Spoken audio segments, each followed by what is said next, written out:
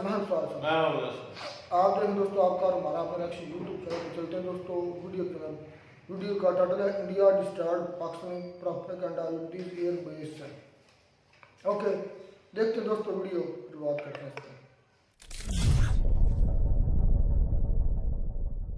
जब रात के अंधेरे में भी जब हम सूरज उगा देते हैं। जैसे आपने प्राइम मिनिस्टर मोदी को सुना कि पिछले कुछ दिनों में भारत ने कई बार रात के अंधेरे में सूरज उगा दिया है। ये ऑफ कोर्स किया गया था अंडर द प्रधानमंत्री अचानक दिन हो गया योजना। पाकिस्तान में लोगों ने काफी लाभ लिया इसका, पंजीकरण भी कराया इसका। और पीएम मोदी ने रिसेंटली जिस तरीके से S-400 के सामने सैल्यूट किया है हमारे देश के जवानों को, और हमने दुनिया को एक प्रॉपर मैसेज दिया है कि पाकिस्तान जो क्लेम कर रहा था कि जिस एयरबेस को पाकिस्तान ने हिट किया है ये एब्सोल्युटली फाइन है।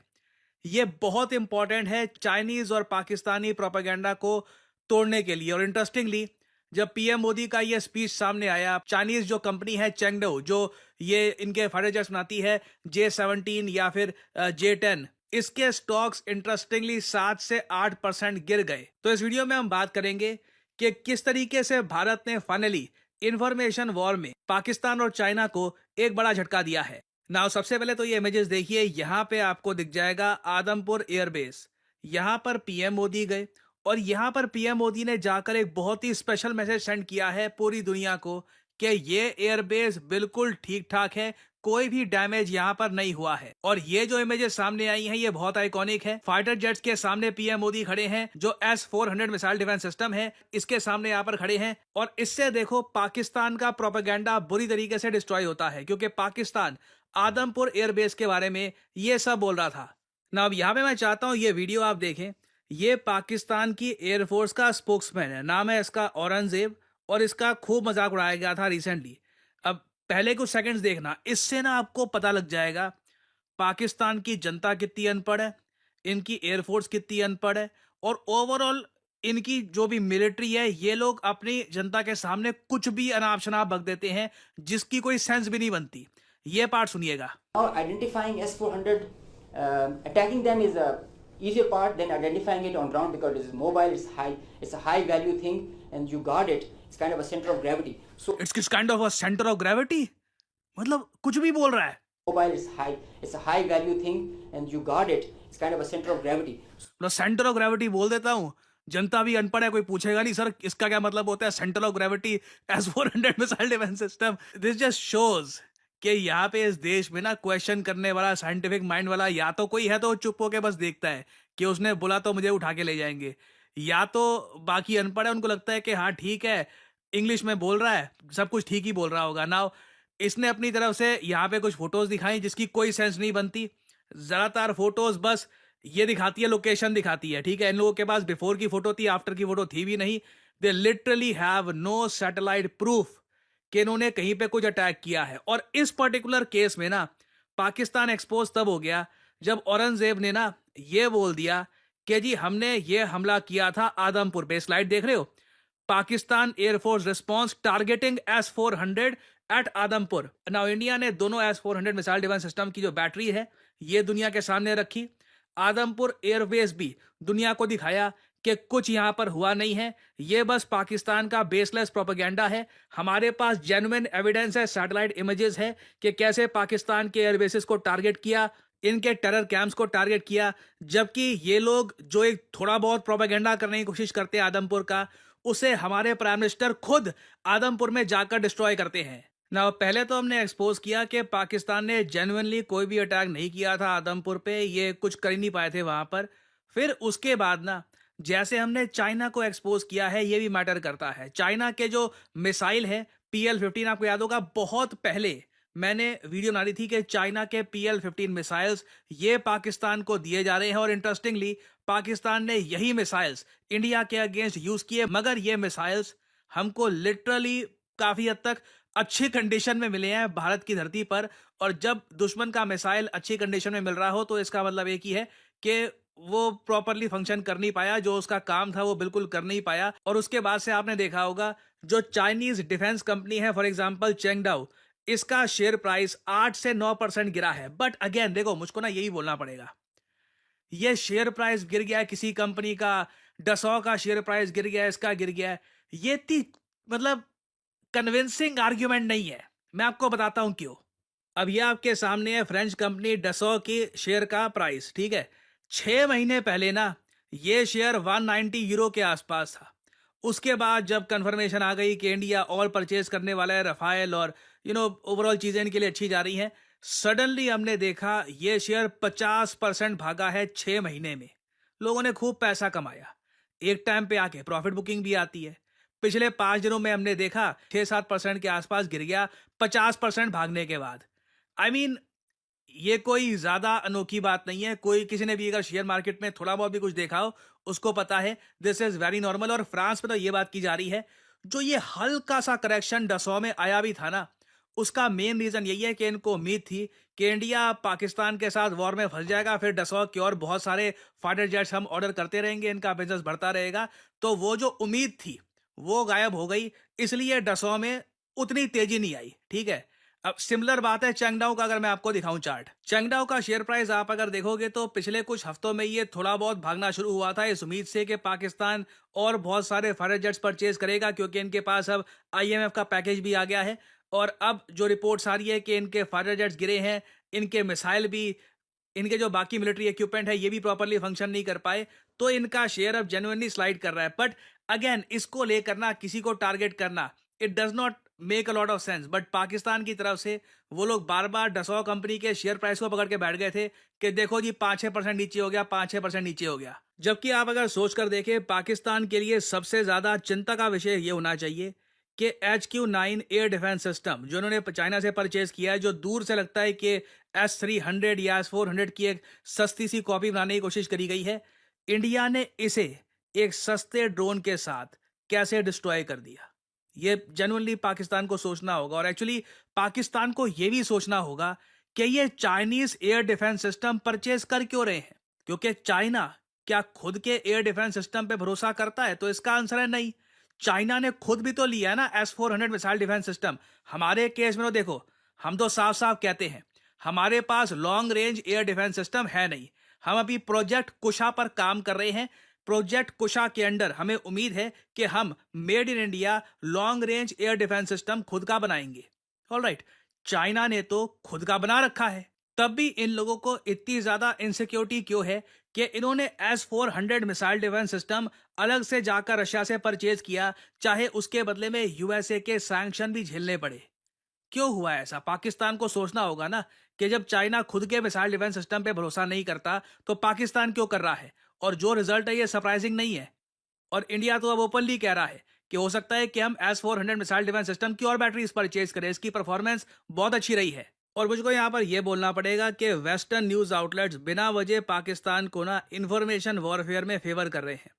आप नोट करना, BBC ऐसे आर्टिकल छाप रहा है कि पाकिस्तान के लोगों ने कहा कि अचानक से आसमान लाल हो गया था, मगर ये लोग ये नहीं बता रहे कि इंडिया ने किस तरीके से पाकिस्तान का मिसाइल डिफेंस सिस्टम डिस्ट्रॉय किया। पाकिस्तान जो मिसाइल डिफेंस सिस्टम यूज कर रहा है, चाइना खुद उसका भरोसा नहीं करता। चाइना खुद S400 missile defence system use करता है। और अब तो खैर रशिया ने रिसेंटली बताया जा रहा है, अगेन ये कंफर्म नहीं है बट कुछ सोर्सेज से बताया जा रहा है कि रशिया बिल्कुल S500 missile defence system India के साथ मिलकर बनाना चाहता है। So India is very much sorted. Missile defence system के मामले में हमारे पास बहुत सारी ऑप्शंस हैं। प्रोजेक्ट कुशा के अंडर हम खुद काम कर रहे हैं अपने मिसाइल डिफेंस सिस्टम पर।